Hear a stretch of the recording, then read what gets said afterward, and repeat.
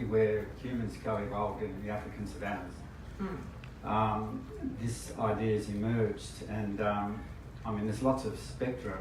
There's a big, broad spectrum to regenerative agriculture, but the grasslands occupy about 40% of the land surface on Earth, and grazing animals is the biggest agricultural component. So what happened in Australia, for example, was we brought a European mind out of a rich soil, young continent, post-glacial, to this ancient continent, and dry climates, etc. And so the practices that were introduced were devastating, and that pretty much applied to grazing around the world. I've made the mistake early in my career: you leave animals too long, they eat the valuable perennial grasses, and then all your systems start to corrode and you lose soil, and away it goes.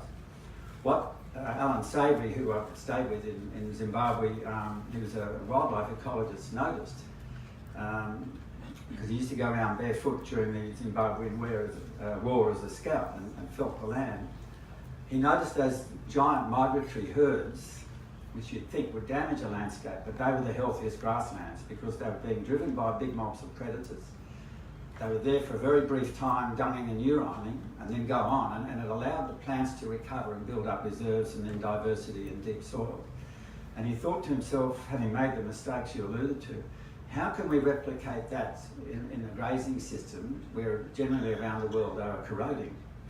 So, cut a long story short, both there and particularly in Australia, there's now tens of millions of hectares under this new system, basically condensing animals into smaller paddocks by various methods, moving them quickly, and you start to see this most extraordinary regeneration. And I've got lots of photos befores and afters where farmers now have regenerated full diversity, their water cycle, they're running 3 or 4 times more stock. As opposed to the old thinking in rangeland science, etc., if it's degraded, lock it up.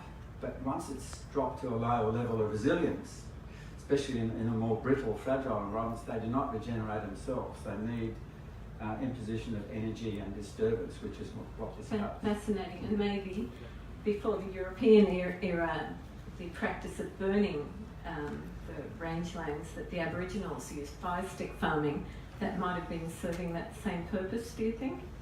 It's certainly, we work with an elder at home now, and certainly in our country, if you burn in autumn at the right time, in the right way, which this Indigenous elder is sort of, I feel, in kindergarten working with him, they've known for a long while, and it does have a constructive ecological impact. Yeah.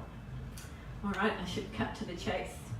Organic farming, you're all obviously great believers in organic farming, but I would hope that you're all humanists too and you want to feed the world.